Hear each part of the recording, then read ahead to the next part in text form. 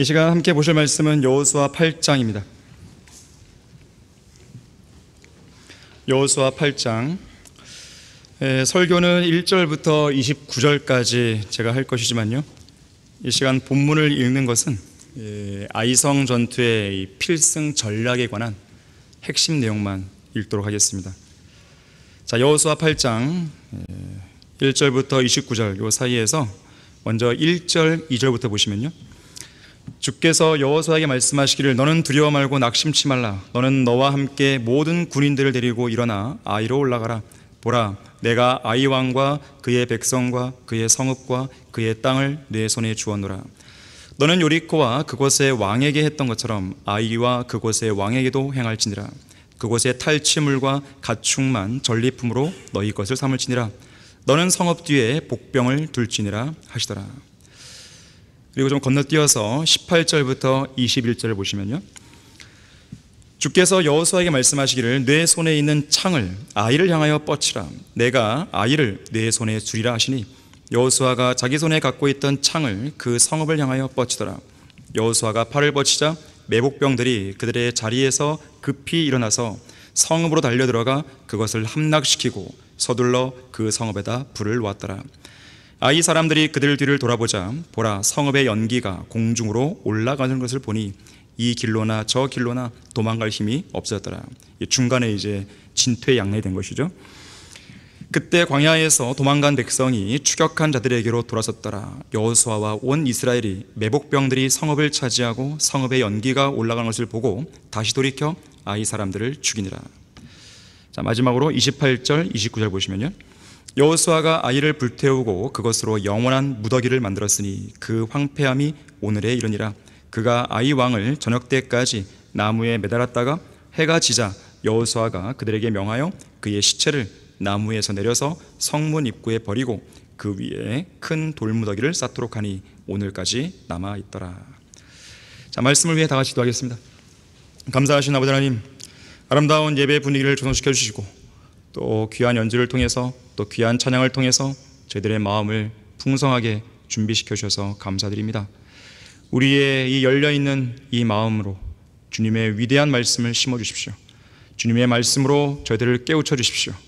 저희들에게 부족한 부분들을 일깨워주시고 우리가 자백하고 돌이킬 것이 있다면 이 시간 그렇게 할 수 있도록 도와주시고, 또한 우리가 더 잘하고 또 더 풍성하게 해야 될 일이 있다면 그것 또한 저희들에게 일깨워 주십시오. 이 시간 모든 마귀의 공격으로부터 저희들을 보호해 주십시오. 말씀을 깨닫고 이해하고 적용하는 데 있어서 전혀 어려움이 없도록 주님께서 돌봐주십시오. 주 예수 그리스도 이름으로 기도했습니다. 아멘. 아이성 전투의 승리, 아이성 전투의 승리라는 제목으로 설교하겠습니다. 여호수아의 카나안 정복 전쟁에서 유일한 패배가 있다면 바로 앞장에 나오는 패배죠. 여호수아 7장에 나오는 아이성 제1차 전투의 패배였습니다. 오늘 우리가 보고 있는 내용은 아이성 제2차 전투예요. 1차에서는 패배였죠. 주된 원인이 뭐였습니까? 악한 한 사람의 죄 때문이었죠. 저주받은 여리고 성읍의 물건을 몰래 취한 악한 한 사람의 죄로 인해서 하나님께서 분노하신 것입니다. 여러분은 전도서 9장 18절의 말씀을 들어봤을 것입니다. 한 명의 죄인이 많은 선을 파괴시킨다고 했어요. 한 명의 죄인이. 대표적인 사례가 최초의 인간 아담이죠. 아담 한 사람에 의하여 죄가 세상으로 들어오고 그 죄에 의하여 사망이 모든 사람에게 전달되었잖아요. 여호수아 7장에서는 악한 한 사람의 죄로 인해서 반드시 이겼어야 할 전투에서 패배했고, 죽지 않았어도 될 36명의 전사자가 발생했고, 사기가 충천했어야 할 모든 백성들의 마음은 물처럼 녹아내리고 말았죠. 그만큼 한 사람의 어리석은 죄가 한 개인뿐 아니라 가정, 교회, 지역사회, 국가, 심지어 온 인류를 파괴하는 치명적인 결과를 가져올 수 있는 거예요. 악한이라는 이름의 의미가 뭐였습니까? 괴롭히는 사람 아니에요. 괴롭히는 사람. 자기를 괴롭혔죠. 자기 죄로 인해서. 또 자기 가족을 괴롭힌 것이죠. 더 나아가서는 이스라엘 민족 전체를 괴롭히는 장본인이 되었죠. 여러분, 거기 여호수아 7장 25절 26절을 보십시오. 여호수아 7장 25절 26절을 보시면 여호수아가 말하기를 어찌하여 내가 우리를 괴롭게 하였느냐 그랬어요. 주께서 오늘 너를 괴롭게 하시리라 하고 모든 이스라엘이 그를 돌로 치고 또 그들을 돌로 친 후에 불로 태우니라. 그들이 그 위에 큰 돌 무더기를 쌓았더니 오늘까지 있더라. 자, 큰 돌 무더기 하나가 악한의 그 죽음 위에 놓인 것이죠. 그리하여 주께서는 그의 분노에 열화해서 돌이키시니라. 그러므로 그곳의 이름을 오늘까지 아콜 골짜기라 부르니라. 저주받은 물건들을 취한 악한이 죽은 거예요. 이스라엘 안에 죄의 원인이 제거된 것이죠. 죄로 인한 하나님의 진노도 가라앉았죠. 자, 여호수아 백성들은 이런 일련의 일들을 겪으면서 아주 소중한 교훈을 얻은 것이에요. 작은 죄 하나가 하나님의 관계를 얼마나 심각하게 악화시키는지, 또한 민족 전체에 얼마나 큰 영향을 미치고 또 얼마나 극심한 진노의 심판을 불러올 수 있는지 절실히 깨달은 것이죠. 이제 그들이 해야 할 일이 있다면 바로 그 죄의 자리에서, 바로 그 패배의 자리에서 다시 일어나는 일입니다. 가나안 정복 전쟁을 완수하기 위해서 마음을 다시 가누고 전열을 새롭게 가다듬어야 했던 것이에요. 일단 징계를 받은 죄에 대해서는요, 빨리 잊을 필요가 있어요. 신속하게 잊어야 됩니다. 교훈은 배우되 과거의 패배 속에 계속 머물러 있으면 안 돼요. 과거의 실패에 파묻혀서 여전히 아물지 않은 상처나 핥으며 살지 말고 새로운 승리를 위해 과감하게 패배의 자리에서 일어나 앞으로 나아가야 되는 것이에요. 하지만 의외로 과거에 얽매여 사는 성도들이 많습니다. 지난날의 패배에서, 지난날의 실패에서 좀처럼 헤어나오지 못하는 것이죠. 그러면서 더 이상 주님을 위해서 아무 일도 안 하는 거예요. 나는 어차피 안 돼. 여기에 또 하나의 마귀의 속임수가 있는 것입니다.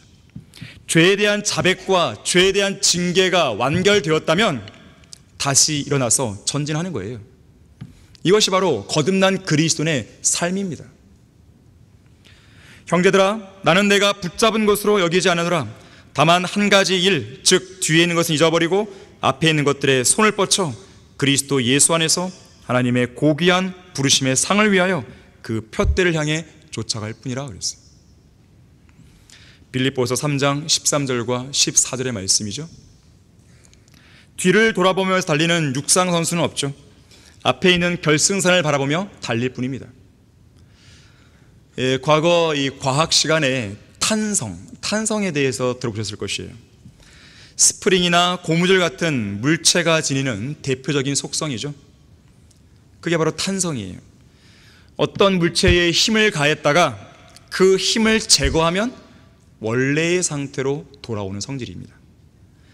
그리스도인에게도 일종의 영적인 탄성이 필요합니다. 잠시 패배하고 넘어질 때가 있지만 다시 본래의 자리로 되돌아와야 하는 것이에요. 예수 그리스도의 피를 통한 온전한 자백과 회개를 통해서 승리의 자리로 되돌아와야 하는 것입니다. 오늘 본문에서 여호수아와 백성들이 직면했던 상황이 바로 그와 같은 것이에요. 그래서 하나님은 오늘 본문 8장 1절에서 이렇게 명령하시는 것이죠. 너는 두려워 말고 낙심치 말라. 너는 너와 함께 모든 군인들을 데리고 일어나 아이로 올라가라. 보라, 내가 아이 왕과 그의 백성과 그의 성읍과 그의 땅을 내 손에 주었노라. 두려워 말고 낙심치 말라. 처음 요단강을 건너기 전, 가나안 정복 전쟁에 서막이 오르기 전 여호수아 1장 9절에서 주셨던 최초의 명령을 하나님은 다시 한번 지시하고 계신 것이에요. 여호수아 1장 9절에서 뭐라고 하셨습니까? 내가 네게 명령하지 않았느냐? 강건하고 담대하라. 무서워 말고 낙심치 말라. 이는 주 내 하나님이 내가 어디로 가든지 너와 함께함이라. 다시 말하자면 악한의 죄로 인해서 아이성 제1차 전투에서 함께하지 않았던 하나님께서 다시 백성들과 함께 하시고 다시 함께 백성들과 함께 싸우러 가겠다고 말씀하시는 것이에요. 자, 이런 상황에서 아콜 골짜기에 계속 머물러 있으면 안 되겠죠. 패배의 쓰라림과 죄의 고통과 심판의 엄중함을 깨닫게 해줬던 그 괴로움의 골짜기에 계속 머물러 있어야 할 이유가 없었습니다. 그곳에서 낙담하고 앉아있을 이유도 없는 거예요. 패배는 한 번으로 족합니다. 똑같은 패배를 또 할 필요도 없는 것이죠. 이 한 번의 패배 속에서 중요한 교훈을 얻은 이스라엘은 아이성 제2차 전투를 시작으로 더 이상 패배하지 않습니다. 주님께서 함께 하시는 한 더 이상 그들 앞에 거칠 게 없는 것이죠. 자, 여호수아와 백성들은 이 아이성 제2차 전투에서 어떻게 승리했습니까? 첫 번째로 하나님께서는 아이성을 함락시키기 위한 구체적인 전략으로 매복을 명령하셨습니다. 여기 본문 2절 끝에 보니까요, 아이성 뒤편에 복병을 숨겨놓으라고 말씀하셨죠. 이 매복은 군사 전략 중 하나예요. 중요한 전략입니다. 매복은 역사적으로 고대 전투에서 현대전에 이르기까지 전장에서 자주 사용되어 온 전략입니다. 매복의 가장 큰 장점은 뭐냐면 적들에게 아군의 진짜 힘을 감춘다는 데 있는 거예요. 나무의 생명은 땅속에 박혀있는 보이지 않는 뿌리에 있죠. 거대한 빙산의 99%는 물속에 잠겨서 눈에 보이지 않죠. 진짜 무게중심과 진짜 힘과 진짜 능력이 눈에 보이지 않고 감춰져 있는 것입니다. 자, 이처럼 매복은 적들이 전혀 예상하지 못한 병력이에요. 그렇기 때문에 아무리 매복병들의 수가 적어도 10배 이상의 커다란 힘을 발휘할 수 있는 장점이 있습니다. 1,000명의 매복병이라 할지라도 1만 명의 병력처럼 활용할 수 있는 능력이 있는 거예요. 그것이 매복의 장점입니다. 이 중국의 어느 병법서에 보게 되면 적을 쓰러뜨리는 3가지 전략이 나와요. 첫 번째는 힘으로 밀어붙이는 거예요. 두 번째는 적을 속이는 겁니다. 적을 기만하는 것이죠. 세 번째는 적을 교만하게 만드는 거예요. 이 3가지 중에서 여러분이 생각하기에는 어떤 게 최고로 높은 수준의 전략이라고 생각하십니까? 이 3가지 중에서 가장 낮은 수준의 전략은 첫 번째로 언급했던 무식하게 힘으로만 밀어붙이는 겁니다. 가장 낮은 수준의 전략이에요. 가장 높은 수준의 전략은요, 마지막 3번째예요. 적을 교만하게 만드는 겁니다. 적을 교만하게 만들면 굳이 힘과 힘이 충돌하지 않아도 그들 스스로 자멸하게 만들 수 있는 거예요. 잠언 16장 18절에서 교만은 멸망에 앞서 있으며 거만한 영은 몰락에 앞서 있다 그랬죠. 잠언 18장 12절에서도 사람의 마음은 멸망에 앞서 교만해진다고 말씀하죠. 매복은 적을 교만하게 하고 적을 우쭐하게 만드는 효과가 있습니다. 진짜 아군의 힘을 숨겨두었다가 교만해진 적들을 적절한 장소로 유인해서 완전히 몰살시키는 것이죠. 기원전 2세기, 3세기경 지중해를 사이에 두고 서로 패권을 장악했던 두 나라가 있었습니다. 장악하기 위해 싸웠던 두 나라가 있어요. 바로 로마와 카르타고입니다. 그것이 그 유명한 포에니 전쟁이에요. 당시 카르타고의 전쟁 영웅 한니발 장군이 버티고 있었습니다. 아마 몇 번쯤 들어봤을 것입니다. 이 한니발은 로마를 공격하기 위해서 보병 5만 명과 기병 1만 2천 명, 그리고 코끼리 아시죠? 옛날에는 코끼리가 전투에 투입되었었어요. 코끼리 37마리를 이끌고요, 험준한 알프스 산맥을 넘은 것으로 유명합니다. 그야말로 미친 짓이죠. 그러한 대병력과 코끼리를 이끌고 알프스 산맥을 넘어서 로마를 칠 생각을 한 것이에요. 로마는요, 전혀 예상치 못했습니다. 그래서 로마는 카르타고의 한니발이 배를 타고 지중해를 건너서 공격해 올 줄 알았죠. 험준한 알프스 산맥을 넘어서 육지로 기습해 올 줄은 전혀 생각 못한 것이죠. 결국 허를 찔렸습니다. 이처럼 한니발은 로마군과의 전투에서 정면 대결을 피했습니다. 기습 전략을 잘 활용했는데 특히나 매복전을 활용한 기습을 이용했어요. 그만큼 지형 지물을 파악하는 직관력이 뛰어났던 것이죠. 한 사례를 들면요, 이탈리아 중부 움브리아 지방에 있는 트라시메노 호수를 지나고 있던 한니발 장군이 그 근처에 로마군이 가까이 왔다는 정보를 입수합니다. 그리고 호숫가에 매복하면서 로마군을 기다렸어요. 그리고 다음날 아침 한니발 장군은 소규모의 부대를 로마군과 싸우게 하려고 보냅니다. 싸우게 하다가 살짝 피하라고 이야기하는 것이죠. 전략적으로 도망치게 하는 거예요. 마치 지금 여호수아의 군대처럼요. 이를 본 로마군은 다급하게 한니발의 부대를 추격하기 시작했고, 그 결과 로마 군대는 앞쪽 선봉에서 후미에 이르기까지 전열이 흩어지고 맙니다.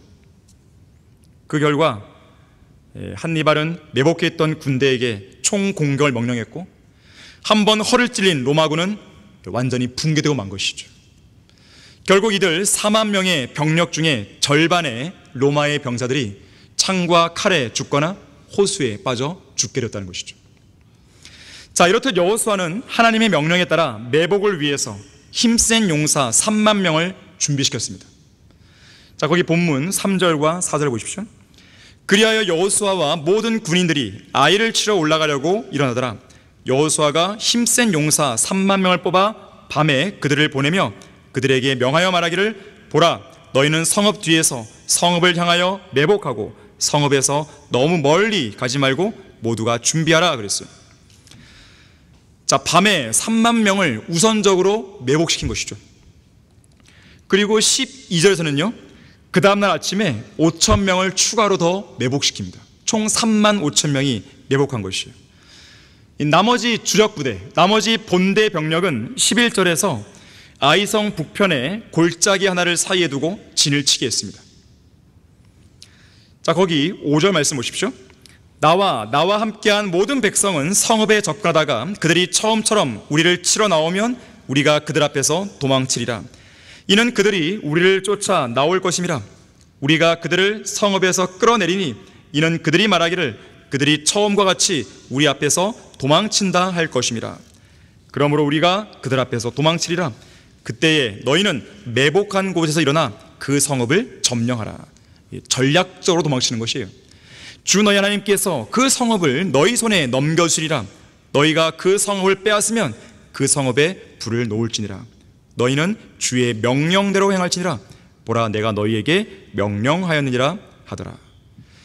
실제로 이 매복 전략이 적중하게 됩니다. 14절부터 17절에서 적중하는 것이죠. 하나님께서 지시하신 전략대로 여호수아의 주력 부대가 아이성을 공격했다가 제1차 전투처럼 후퇴하여 도망가는 척하면서 적들을 유인한 것이죠. 아이성의 모든 군인들이 성읍 밖으로 나와서 이스라엘을 추격해 왔습니다. 아이성 사람들이 그들 앞에서 또다시 도망치는 이스라엘 보면서 교만해진 것입니다. 이들은 앞선 7장에서도 이스라엘을 이미 이긴 경험이 있기 때문에 이번이야말로 이스라엘 군대를 괴멸시킬 절호의 기회라 생각했을 것이에요. 매복에 따른 유인책에 걸려든 것이죠. 아이성 군인들은 16절에서 여호수아의 군대를 추격하다가 성읍에서 점점 멀어졌습니다. 바로 이 빈틈을 타서 여호수아의 매복병들이 아이성을 장악한 것이죠.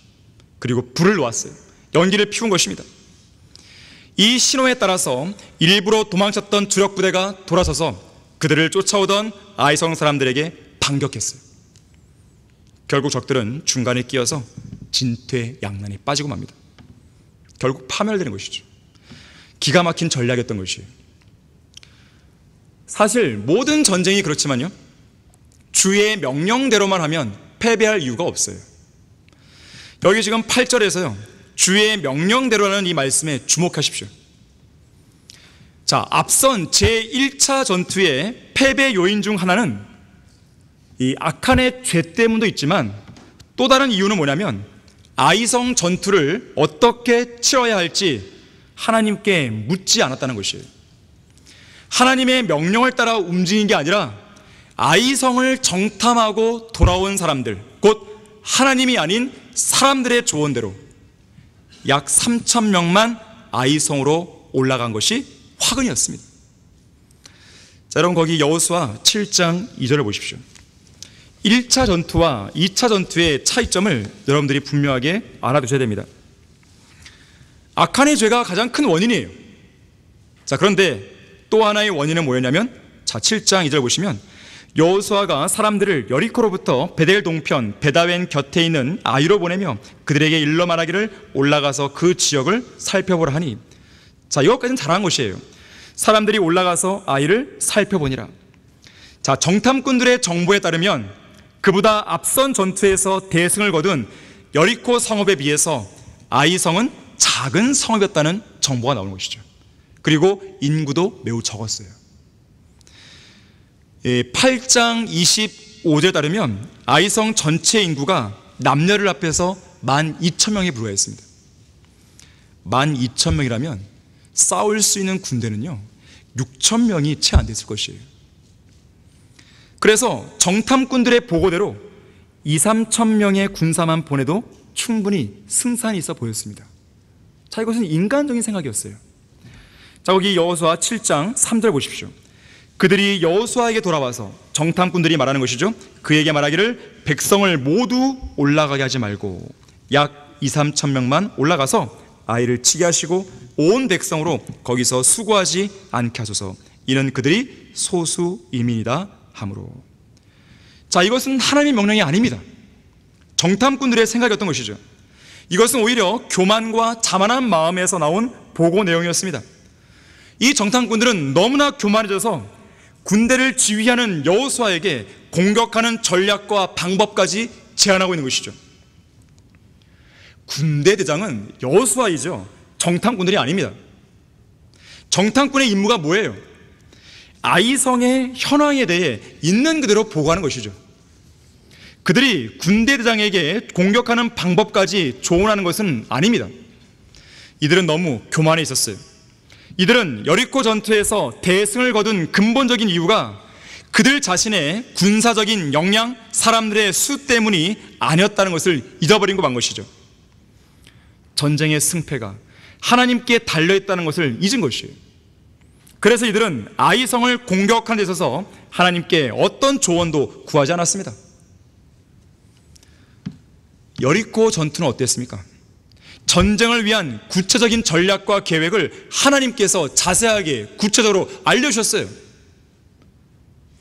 매일같이 한 바퀴씩 성을 돌아라. 일주일간 하는데 마지막 7번째 날은 7바퀴를 돌아라. 대신 침묵을 지켜라. 이런 다양한 구체적인 전략들을 말씀하신 것이에요. 그러니까 그대로 했더니 승리한 것이죠. 하지만 아이성 제1차 전투를 앞두고서는요, 이들은 교만해져서 하나님께 기도로 구하지도 않았고 하나님의 말씀과 하나님의 전략을 듣지도 않았던 것이죠. 결국 여호수아는 하나님의 계획을 따르지 않고 사람들, 정탐꾼들의 계획을 따르고 맙니다. 결과는 뭐겠어요? 참패죠. 거기 4절 5절 보세요. 7장 4절 5절. 백성 가운데서 약 3,000명이 거기로 올라갔다가 아이 사람들 앞에서 도망하니라. 아이 사람들이 그들 가운데 약 36명을 쳤으니 그들이 문 앞에서부터 세바림까지 쫓아가서 내리막길에서 그들을 쳤더라. 그러므로 백성의 마음이 녹아 물같이 되니라. 자, 구원받은 성도는 결코 과거의 승리에 도취되어서는 안 됩니다. 과거의 부흥, 과거의 영적 성장, 과거의 열정, 과거의 관증에만 도취되어 있어서는 안 돼요. 과거에 있었던 일은, 그것이 좋은 것이든 나쁜 것이든 과거는 과거입니다. 과거보다는 현재가 더 중요해요. 현재를 내가 어떻게 살고 어떻게 주님을 섬기고 어떻게 영적 전쟁을 치르냐에 따라서 미래가 결정되는 것이에요. 현재를 어떻게 사는가에 따라 미래에 주어질 상급과 유업의 규모와 그 질이 결정되는 것이에요. 현재가 중요합니다. 그래서 그리스도인은 과거를 교훈으로 현재를 살고 앞을 바라보는 사람인 것이에요. 자, 어쨌든 이번 아이성 제2차 전투는 제1차 전투와 달랐습니다. 사람들의 명령이 아닌 주의 명령을 따랐기 때문에 그렇습니다. 하나님은 어떤 분이십니까? 직접 전쟁을 지휘하시고 직접 전쟁을 명령하시는 군대 대장일 뿐만 아니라 전쟁을 우리에게 직접 가르쳐주는 교관이에요. 교관. 시편 144편 1절에서는 나의 힘이신 주를 송축하려다 그가 내 손을 가르치시어 전쟁에 임하게 하시고 내 손가락을 가르치시어 싸우게 하신다고 말씀하는 것이죠. 하나님께서는 그리스도의 군사들인 성도들에게 성경을 통해서 싸우는 기술뿐만 아니라 싸우는 방법과 전략까지도 알려주십니다. 그래서 성경은 최고의 전쟁 전략서인 것이에요. 여러분들이 어떤 영적 전쟁에 직면했을 때 내가 어떻게 싸워야 되고 어떤 무기를 써야 되고 내가 어떤 말씀을 가지고 싸울 것인가 잘 모르겠다면 주님께 기도하는 가운데 말씀을 통해 나에게 알려달라고 그렇게 하시면 되는 거예요. 여호수아와 백성들은 아이성 제2차 전투에서 어떻게 승리했습니까? 두 번째로요, 군대 대장 여호수아가 백성들의 솔선수범이 됩니다. 그리고 전쟁의 중심에서, 전쟁의 변두리가 아니에요, 전쟁의 한복판에서 백성들을 지휘하고 이끈 것이에요. 자, 본문 8장 9절부터 13절 보겠습니다. 그러므로 여호수아가 그들을 보내니 그들이 매복할 곳으로 가서 아이 서편 베델과 아이 사이에 머무르더라. 한편 여호수아는 그 밤에 백성 가운데서 유숙하니라. 여호수아가 아침에 일찍 일어나서 백성들을 점호하고 그와 이스라엘 장로들이 백성에 앞서 아이로 올라가니 모든 백성, 즉 그와 함께한 군인들도 올라가 접근하여 성읍 앞에 이르러 아이 북편에 진을 치니 그들과 아이 사이에는 한 골짜기가 있더라. 그가 약 5,000명을 택하여 그 성읍의 서편 베델과 아이 사이에다 매복시키고 백성을 배치했으니 모든 군대는 성읍의 북쪽에 있고 주력 부대가 거기 있다는 것이죠. 성읍의 서쪽에는 그들의 매복병들이 있더라. 총 35,000명이 있는 것이죠. 여호수아가 그 밤에 골짜기 가운데로 들어갔더라. 이 부분이 중요합니다. 여호수아는 단 한 번도 후방으로 빠져서 뒷짐만 지고 이렇게 하라 저렇게 하라 작전만 지시하지 않았습니다. 항상 전장에서 아침 일찍 일어나 백성들을 독려했고 지휘한 것이에요. 여기 지금 10절에서도 아침에 일찍 일어나서 백성들을 점호했다 그러죠. 여호수아 3장 1절에서는 아침 일찍 일어나서 백성들과 함께 행군을 하게 됩니다. 여호수아 6장 12절에서는 아침에 일찍 일어나서 여리코 전투를 진두지휘합니다. 여호수아 7장 16절도 악한이 저지른 죄에 대해서 그 죄에 대한 그 문제를 하나님의 방법대로 처리하는 거예요. 일찍 일어나서. 특히 여호수아는 일찍 일어났을 뿐만 아니라 전방 최전선에서 작전을 지휘하고 몸소 싸운 것이에요. 여기 지금 본문 10절도 백성들보다 앞장서서 아이 성읍으로 올라갔다 그러잖아요. 뒤에서 올라간 게 아니에요. 백성들보다 앞서가서 나를 따르라 이렇게 한 것이죠. 사실 이것이 여호수아의 진면모예요. 여호수아는 성경에서 처음 언급될 때 전장 한복판에서 백성들과 함께 싸우는 군대 대장의 모습으로 등장하게 됩니다. 첫 등장의 모습이 그런 거예요. 우리 다 같이 출애굽기 17장 8절 9절 보겠습니다.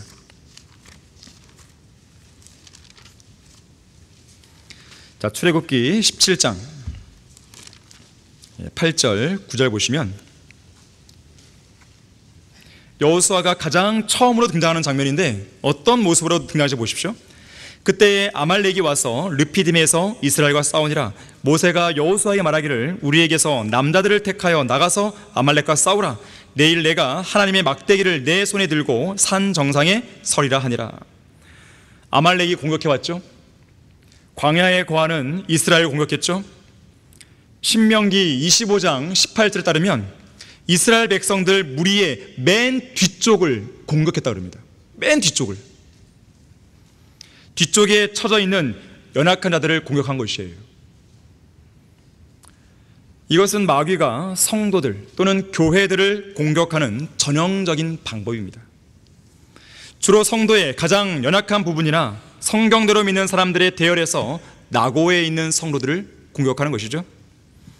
지역 교회 안에 무질서한 자들, 낙담한 자들, 연약한 자들 사이로 비집고 들어와서 그들을 부추기고 교회 전체를 불평과 내분 그리고 배교의 소용돌이에 휘말리게 만드는 것이죠. 자, 어쨌든 아말렉에 대항해서 싸울 적임자로 여호수아가 선임되었고 여호수아는 백성들을 이끌고 나가서 아말렉과 싸우는 것이에요. 그 사이에 모세는 뭘 했습니까? 아론, 훌과 함께 산 정상 올라가죠. 그리고 손을 들고 기도한 것이죠. 왜 그런 것이에요? 전쟁은 기도에 응답하시는 하나님의 능력으로 싸우는 것이기 때문에 그렇습니다. 사람의 수, 칼과 창, 방패, 육신을 따라 싸우는 게 아니에요. 고린도후서 10장 4절에서는 우리의 전쟁 무기는 육신적인 것이 아니요 오직 하나님을 통하여 견고한 요새들을 무너뜨리는 능력이라고 그랬어요. 그러한 능력을 우리가 어떻게 경험할 수 있습니까? 기도죠, 기도. 믿음의 기도가 필요한 거예요. 결국 기도의 능력을 힘입은 전사 여호수아가 칼날로 아말렉을 쳐 부수죠. 이스라엘은 대승을 거둡니다. 이 승리는 출애굽 이후에 광야 생활에서 이스라엘 군대가 거둔 최초의 승리였어요.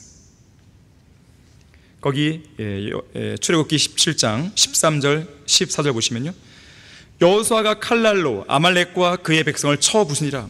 주께서 모세에게 말씀하시기를 이것을 책에 기록하여 기념하게 하고 여호수아의 귀에 되풀이해서 들려주라. 이는 내가 하늘 아래에서 아말렉의 기억을 완전히 없앨 것임이라 하시니라. 이처럼 여호수아는 전장 한복판에서 싸워야 하는 군대 대장이었습니다.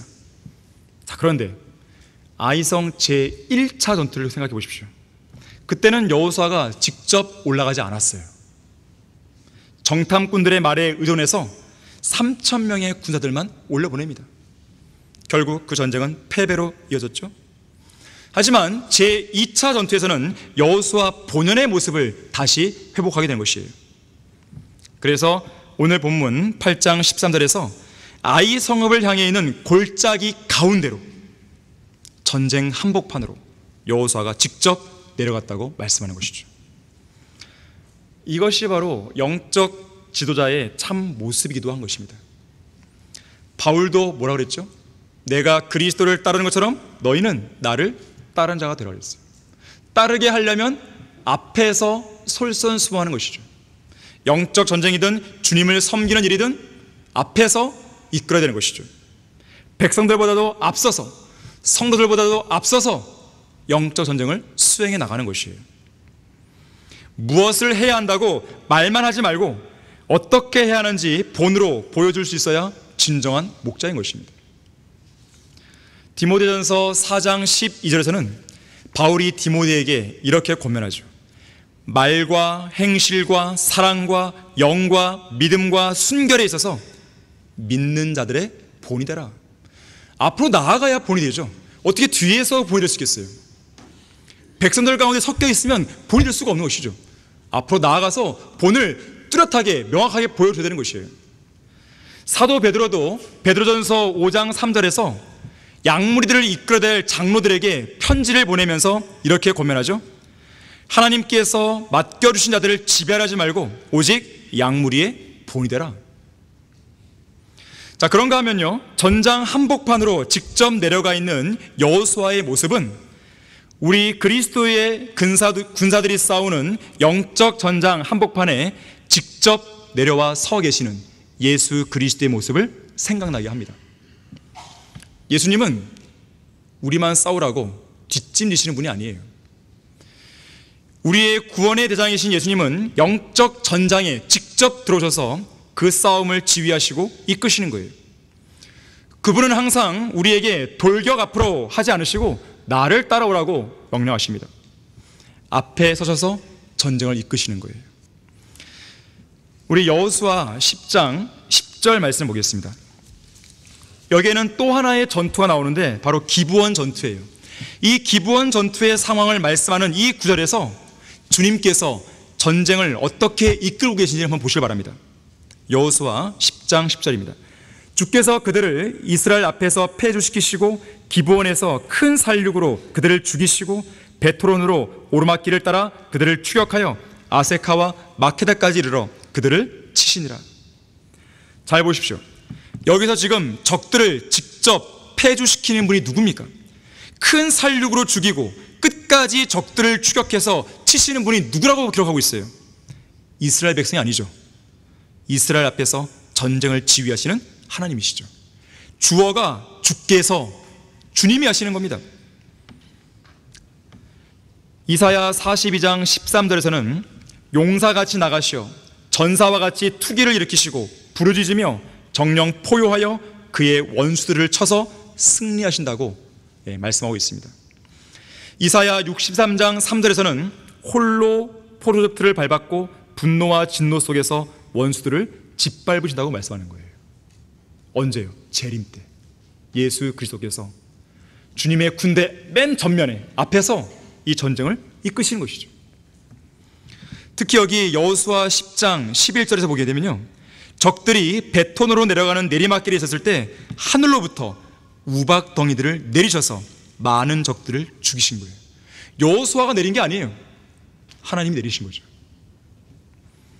자, 여호수아와 백성들은 아이성 제2차 전투에서 어떻게 승리했습니까? 자, 세 번째로 여호수아는 하나님의 명령에 따라 아이성 사람들이 진멸될 때까지 창을 뻗치고 있었던 것이에요. 창을 뻗치고 있었습니다. 자, 여호수아 8장 14절 보십시오.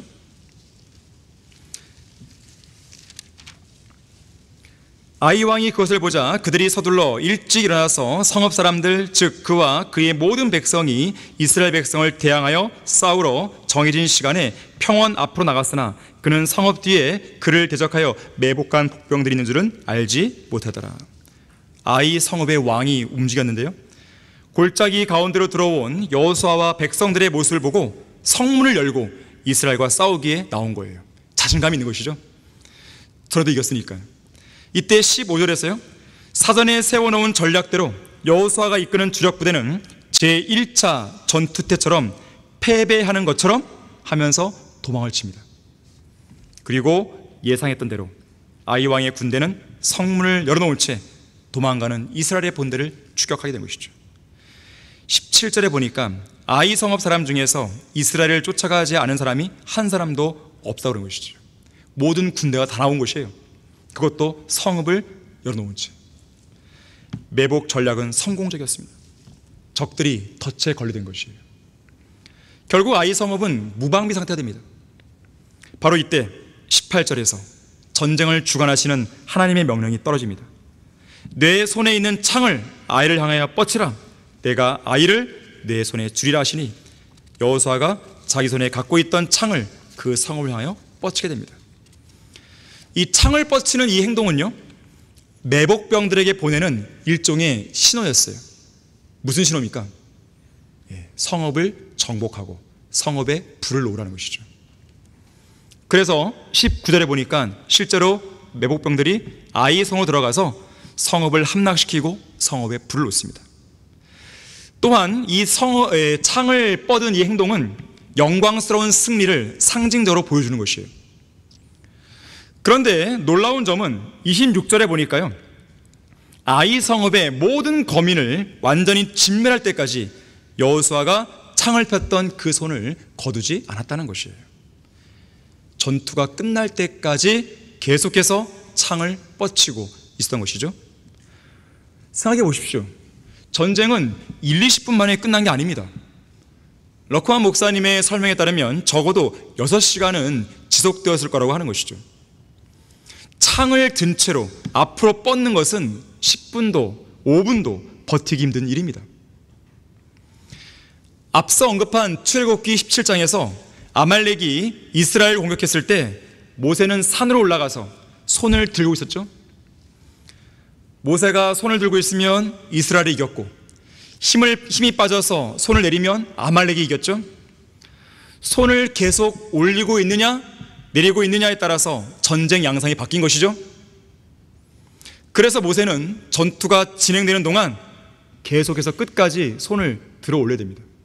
끝까지 전쟁의 승리를 위해서 기도해야 했던 것이죠. 그런데 손을 들었다가 힘이 빠지면 혼자 힘으로 안 되니까 옆에서 아론과 훌이 도와줬죠. 자, 그런데 여호수아를 보세요. 맨손도 아니고 손에 무거운 창을 들어야 됩니다. 그것도 혼자만 하는 것이죠. 아론과 훌처럼 누가 옆에서 도와주는 게 아니에요. 무거우니까 내가 같이 더 거들어줄게, 이것이 아닙니다. 그것도 위로 드는 게 아니죠. 앞으로 뻗어야 됩니다. 차라리 위로 들면 그나마 좀 낫죠. 근데 그것도 아니에요. 혼자서 이 일을 끝까지 완수해야 되는 것이죠. 아마 군대에 갔던 형님들은 아시겠지만 6주 동안 또 그 이상을 신병 훈련을 받을 때 총검술 훈련을 받아요. 총검술 훈련. 이 총검술에는요, 각 동작에 맞는 특정한 자세가 있어요. 그런데 그 자세를 가만히 보면요, 기본적으로 뒤로 가는 자세는 없습니다. 다 앞으로 가야 돼요. 길게 찌르기 동작, 뒷발을 앞으로 움직이면서 쭉 나가죠. 또 짧게 찌르기, 마찬가지예요. 수직 개머리판 찍기, 수평 개머리판 찍기. 자매님들은 잘 생소하겠지만 형제들은 그런 거 했단 말이죠. 어떤 동작도요, 후퇴하는 건 없어요. 모두 다 전진을 위한 동작만 있습니다. 앞으로 가는 거예요. 앞으로 뻗는 것이에요. 뒤에서 누가 공격한다 해도 후퇴하지 않습니다. 오히려 뒤로 돌아서 앞으로 나가면서 적들을 또 공격하는 거예요. 이게 총검술이에요.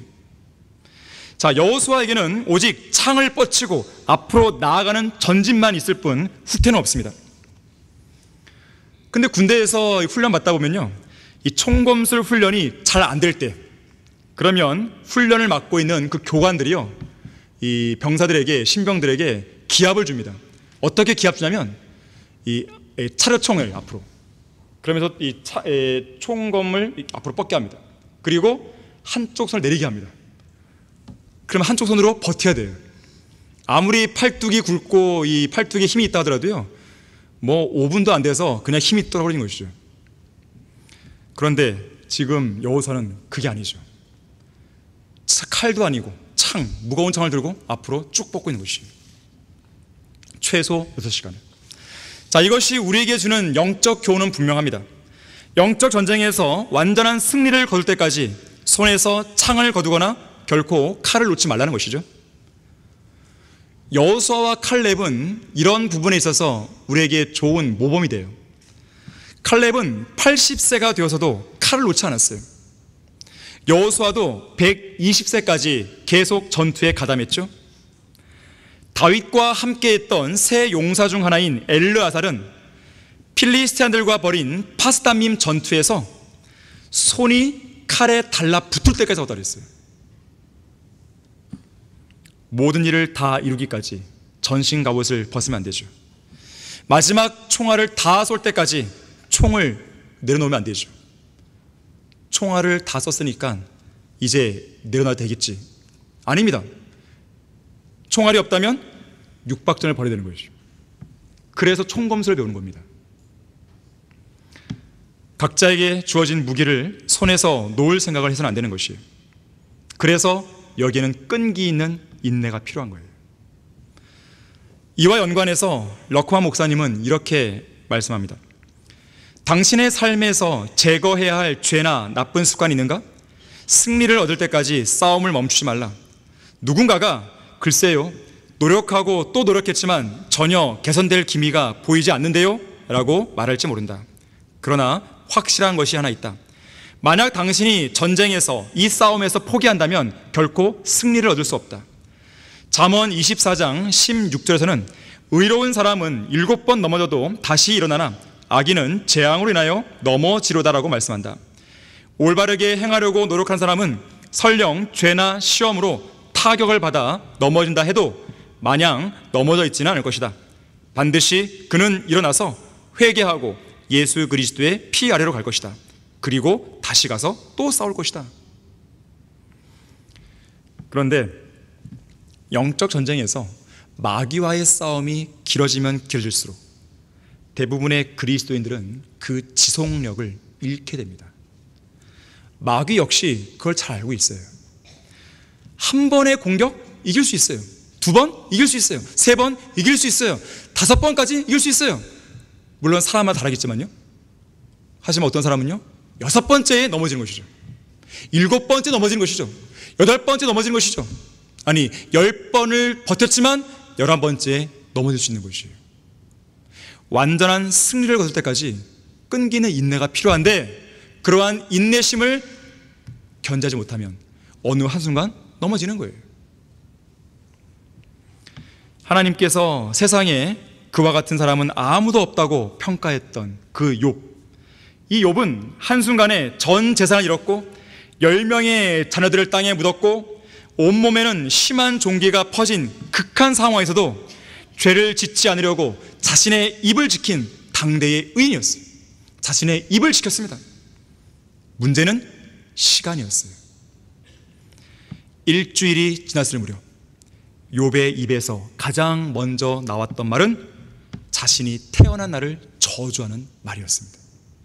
마귀는 바로 그걸 기다린 것이죠. 욥에게 그 시간을 준 것이에요.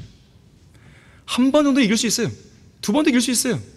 하지만 그 이상의 공격들이 계속 올 때에 어떤 성도는 무너지는 것이죠.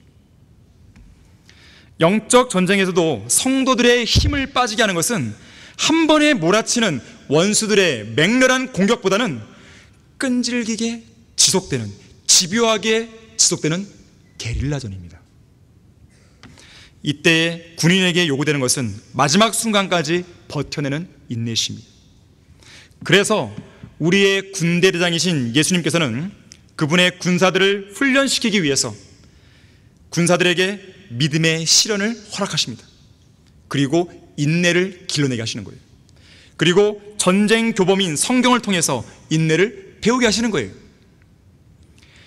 에베소서 6장의 전신 갑옷에서도 진리의 허리띠부터 성령의 칼에 이르기까지 모든 무기를 착용한 전사에게 내려진 마지막 명령이 무엇인지 아십니까? 모든 성도를 위해 기도하되 모든 인내와 간구로 깨어있으라는 명령이었어요. 인내였어요. 인내. 에베소서 6장 18절이죠. 결론을 맺겠습니다. 오늘 본문 19절 20절 보게 되면 아이 성읍은 점령당했죠. 대승을 거둔 것입니다. 전략적으로 도망가던 여호수아의 본대는 돌이켜서 아이 성의 군사들에게 반격했고 이스라엘은 아이 군사들을 양쪽에서 협공한 것이에요. 그리고 그들을 완전히 진멸시킨 것이죠. 22절부터 25절에 따르면 그날에 쓰러진 아이 성읍 사람의 총수가 12,000명입니다. 다 죽은 것이에요. 이들의 왕은 23절에서 여호수아 앞에 잡혀와서 죽임을 당하게 되죠. 27절에서는 이스라엘이 그 성읍의 가축과 탈취물을 전리품으로 취하게 됩니다. 하나님께서 명령하신 대로 된 것이에요. 특히 29절을 보니까 아이 성읍의 왕을 죽여서 나무에 매달았습니다. 그리고 해가 지자 나무에서 내린 것이죠. 왜 그랬습니까? 신명기 21장 23절에 의하면 저주받은 그 시신, 이 나무에 매단 시신은 저주받은 것이거든요. 그 저주받은 시신을 해가 지기 전에 내려야 한다는 명령이 있기 때문에 그런 거예요. 그래서 여호수아도 나무에 매달았던 왕들을 해가 지기 전에 내려서 매장시킨 것입니다. 결국 아이성 전투, 이 두 번의 전투로 인해서 두 번의 전투의 결과로 커다란 돌무더기 2개가 쌓이게 됩니다. 하나는 앞서 우리가 봤지만 여호수아 7장 26절에서 제1차 전투에서의 패배의 원흉인 악한의 죽음 위에 하나의 큰 돌무더기가 쌓여지죠. 일종의 기념물이죠.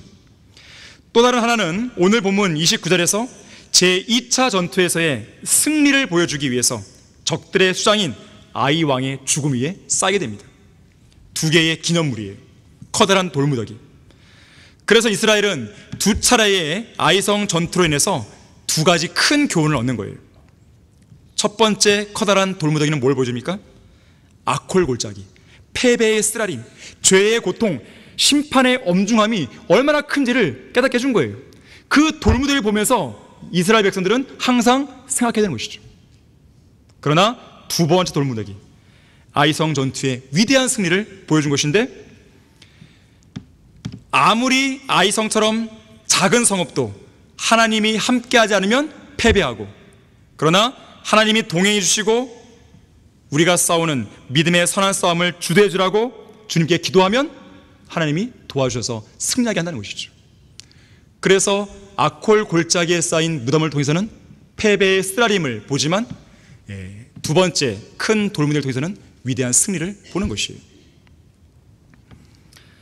성경은 우리에게 항상 말하기를 서 있으라고 명령합니다. 모든 일을 다 이루기까지 서 있으라고 에베소서 6장 13절에서 명령하는 거예요. 러크한 목사님은 이와 관련해서 이렇게 말한 적이 있습니다. 서 있으라, 요동하지 말라. 고꾸라져 죽을 때까지 서 있으라.